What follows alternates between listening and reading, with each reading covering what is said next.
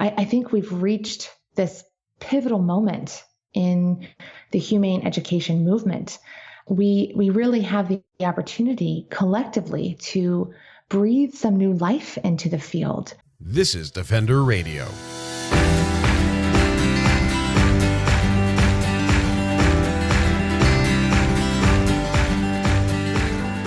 I'm Michael Howie, and this is Defender Radio, the podcast for wildlife advocates and animal lovers.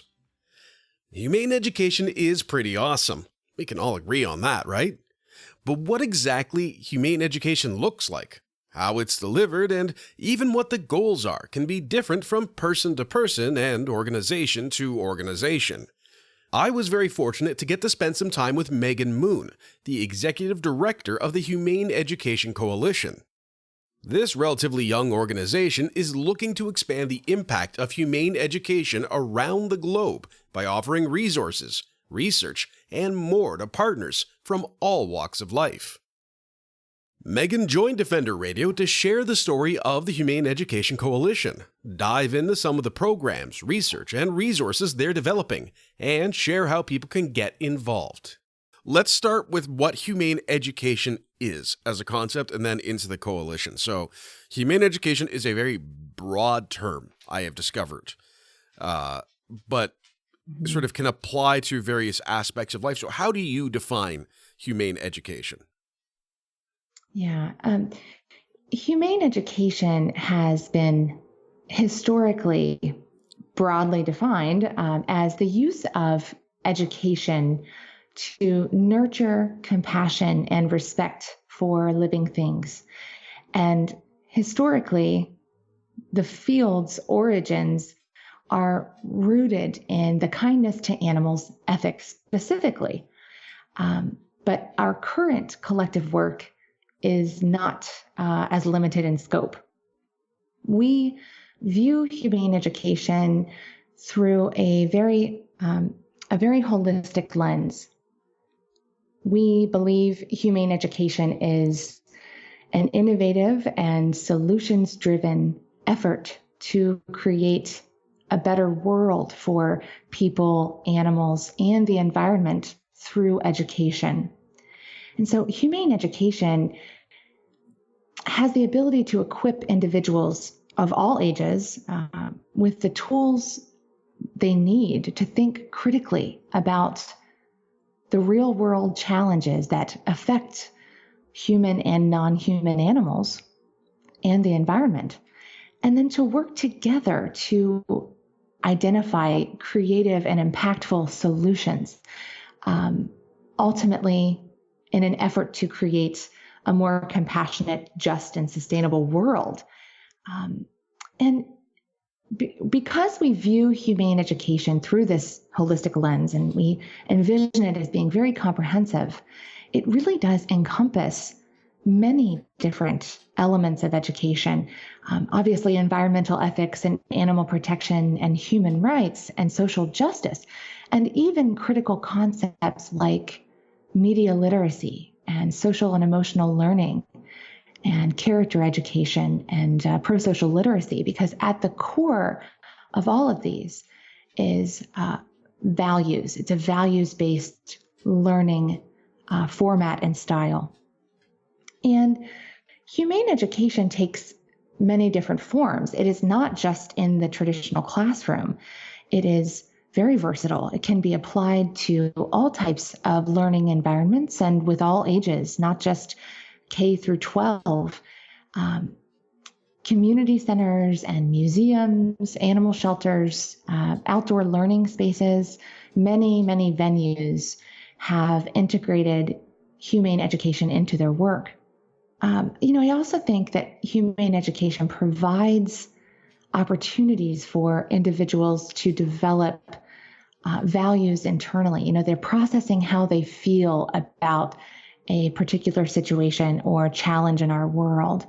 They develop a sense of responsibility and stewardship and self-esteem by thinking critically and thinking systemically to develop solutions, meaningful solutions for our world. And ultimately, it empowers them to make choices that align with their values and to take action as confident and capable citizens. I've always enjoyed the concept of empowering people to find solutions or to be able to create solutions or be part of solutions. I think too often in our world, we are telling people, this is the solution, so go do it, fix it. And that leads to a lot of the divisiveness that we end up seeing. So the empowerment part really speaks to me. Mm-hmm. And for the Humane Education Coalition, how did this dream come together? Was it sort of a, hey, we should make a coalition of humane educators, conversation over tea, or is there maybe a greater strategy at play? Great question.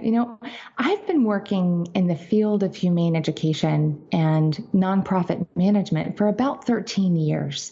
And I noticed some trends and challenges that the organizations I worked with all experienced. Many of the education programs I've worked with had a tendency to sort of operate in a silo, kind of recreating the wheel internally, where perhaps that wasn't always necessary. And I kept thinking there have to be more effective ways to use resources and to further this field, especially when funding is so limited and competitive for humane education. So a few years ago, I gathered with a number of educators and nonprofit administrators, and collectively, we felt compelled to find a way to collaborate with other agencies working in this field, and not just here in the United States, but internationally, to see if it's possible for us to further some common goals and potentially achieve a greater impact in the field of humane education. We started asking, what can we do together that we can't do alone, or that we could do better if we did it together?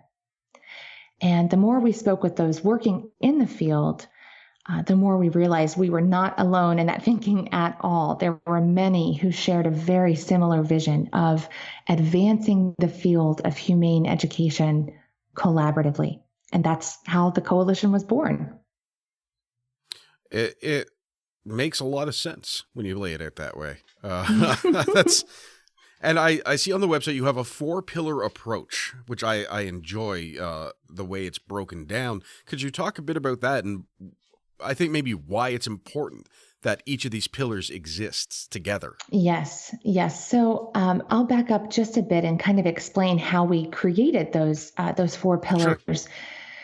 The coalition is, we consider ourselves to be an international alliance for collective impact. And we collaborate with education partner organizations around the world who work in human rights and environmental ethics and animal protection to achieve some common goals and ultimately support their work. We, early in our inception, we chose to develop an extensive feasibility assessment to help us better understand the needs of prospective partner agencies around the world. What are the challenges and barriers they have experienced in their work? What do they see as the future of humane education? And ultimately, do they see value in a global collective impact effort to advance the field? And we received a lot of feedback. Over the course of 7 months, we contacted 175 organizations working in 31 different countries. And we collected information from surveys, focus groups, and interviews, and synthesized that data and extracted some trends. And what we found was that the feedback is really consistent with our own experiences in the field. First and foremost, there is a lack of research that supports humane education and its efficacy. And that is particularly true with things like longitudinal studies that evaluate attitude and behavior changes. those of us working in the field can say, well, we know this works. We see it on a daily basis. We experience it. But without solid research to support our field, we struggle with building credibility. There are also funding challenges, and some organizations struggle with getting into their schools or building relationships within their communities. There's honestly a lack of professional development opportunities in the field. We have a few, but we could certainly use additional support there. And many of the organizations we spoke with around the world work in rural and remote communities, so they have very few networking opportunities, and they don't know where to go to access valuable resources and teaching tools. And they're doing all of this on a shoestring budget. So after collecting all of this information and learning more about the challenges the organizations are facing, we decided to develop our programs and initiatives internally in response to the needs that we identified. So there is a 4-pillar approach, and within the 4 pillars kind of capture all that we aim to achieve through our programming. The first one is collaborate, developing a partner network of agencies around the world, and then collaborating with them to achieve some groundbreaking initiatives that will support their work. And we're well on our way here. We have 79 partner organizations in 22 countries currently as part of the coalition. Yeah, and it's growing rapidly, which is wonderful. Those initiatives that we work on together include research, policy, and accessibility. So with accessibility, how do we make humane education more accessible to a worldwide audience? So we offer a resource toolkit on our website that has more than 330 resources in all areas and aspects of humane education. And that's been a really valuable tool so far for the field. With research, we're starting with creating the first peer-reviewed academic journal specific to the field of humane education. This journal is called the International Journal of Humane Education, and it will be an open access journal that we host on our website. And we believe it will serve as a vehicle for developing the theory and practice of humane education as an academic field. And then additionally, with our policy initiative, we want to see humane education infused in schools. And so we're working on policy enforcement and accountability measures here in the United States, with the potential to introduce it in other countries down the road, but focusing currently on states with existing policies that incorporate humane education into school standards.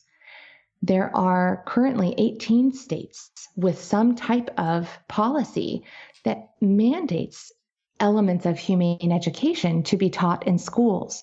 And from what we gathered during our feasibility assessment, compliance with these mandates may be very inconsistent from state to state. So we want to help really build a comprehensive humane education policy that encourages educators and administrators to incorporate humane education into schooling.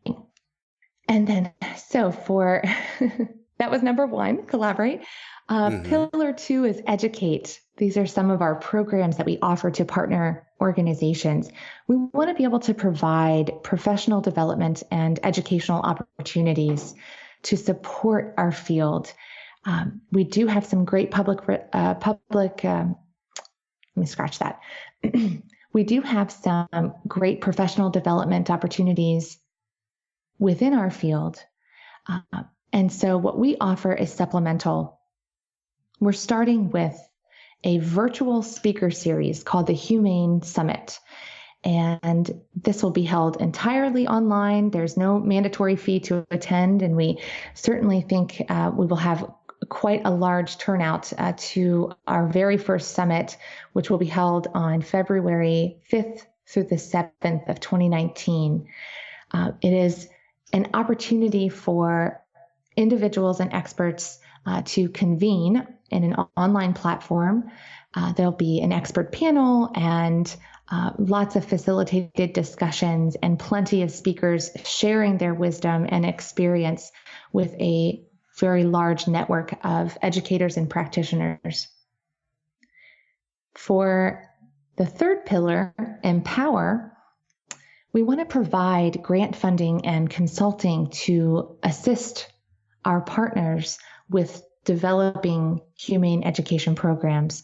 So the grants are called Bloom grants, and they are around $1,000 each. And at this point, we are prioritizing that the funding be used to help build our body of research in the field. So we're focusing on the development of assessment tools and evaluative metrics to help us gather the results we need to and not only ensure that humane education is effective, but share its efficacy with a very wide audience, particularly policymakers and funders who are interested in determining how effective humane education is.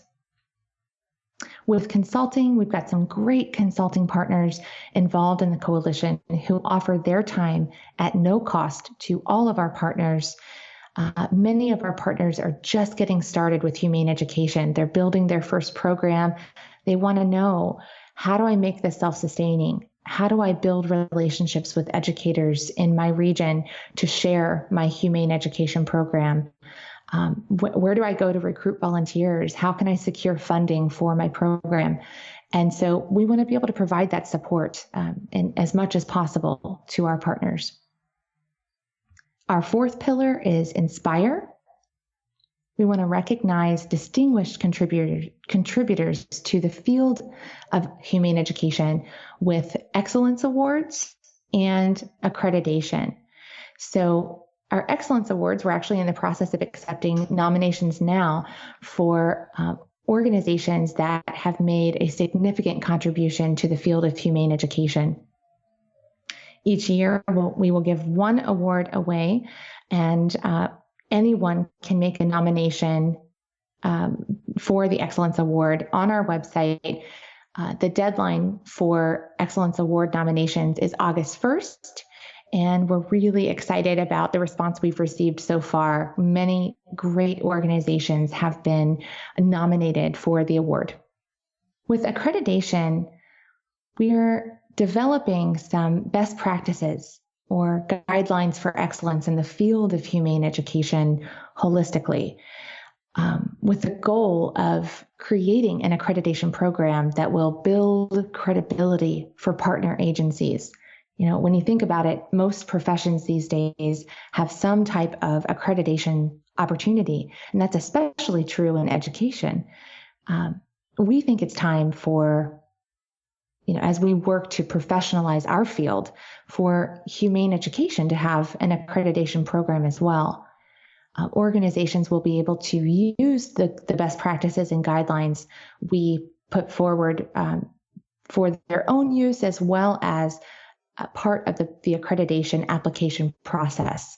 And this overall is going to raise the bar of distinction in the field of humane education and help organizations around the world improve their practices so we can ensure what we're teaching is most effective for the learners. It seems like you have a very well-rounded, robust program here. And just looking through, I mean, you've got, when I look at your advisors for the journal and for your board, I see names I recognize who are experts in their field that some of them I've worked with in the past. And you've got sort of a great starting point, too, on a lot of resources, which is always the hard part for people, I think, is sort of like, yeah, I've got this great idea. Now what? So even being able to see sort of here's some other things you can do or how you can interact with it. I guess sort of the follow-up is people who want to get involved with this. What can they expect? What do they need to do? And how does it sort of then benefit other nonprofits or people in the field of humane education? Mm-hmm. So we do have a growing leadership team of board members and advisors. We now have over 50 individuals engaged in those roles. So individuals can join the coalition in one of those capacities to help us develop and implement our many initiatives and programs to benefit the field overall. Organizations that are interested in joining the coalition simply need to get in touch. Once I have received an email from an organization who has expressed interest in getting involved, they'll go through an interviewing process. We'll talk a little bit about their goals and what they would like to what they would like to receive from their partnership with the coalition and how we can support them. And from there, they'll be invited to join the coalition, and we'll get them involved in a number of different ways and taking advantage of some of the benefits of partnership right away. Other benefits of partnership beyond having access to the programs and initiatives we talked about today include public relations strategies. We want to support our partners' education efforts. We want to amplify their message as far and wide as we can. We want to help their programs succeed. And we also want to help them improve their practices if necessary. We also have a Facebook group specific to coalition partners. And so partner organization representatives can join that group and use it as a place to network, to ask questions, share stories and ideas, get additional information about any upcoming trainings or events, and share other special announcements on that platform as well. So it's a great networking tool for partner organizations to stay in touch with one another. Those are some of the ways for them to get involved and get engaged. We are still early in the process of building our coalition. This is our first year of our 5-year strategic plan, and we have made incredible headway in that time. But looking forward into the future of the coalition and the future of humane education, we have to be realistic in that all of these projects are large-scale initiatives. They will take a considerable amount of time to develop and implement. And in terms of what lies ahead, I think we've reached this pivotal moment in the humane education movement. We really have the opportunity collectively to breathe some new life into the field, help others understand the interconnectedness of all of the issues that are included in humane education. And we can meaningfully grow the field together. There's a lot of value in the partnership and collaboration model. We can truly advance humane education, not just as an academic field, but as a social movement, because it really is dual purpose.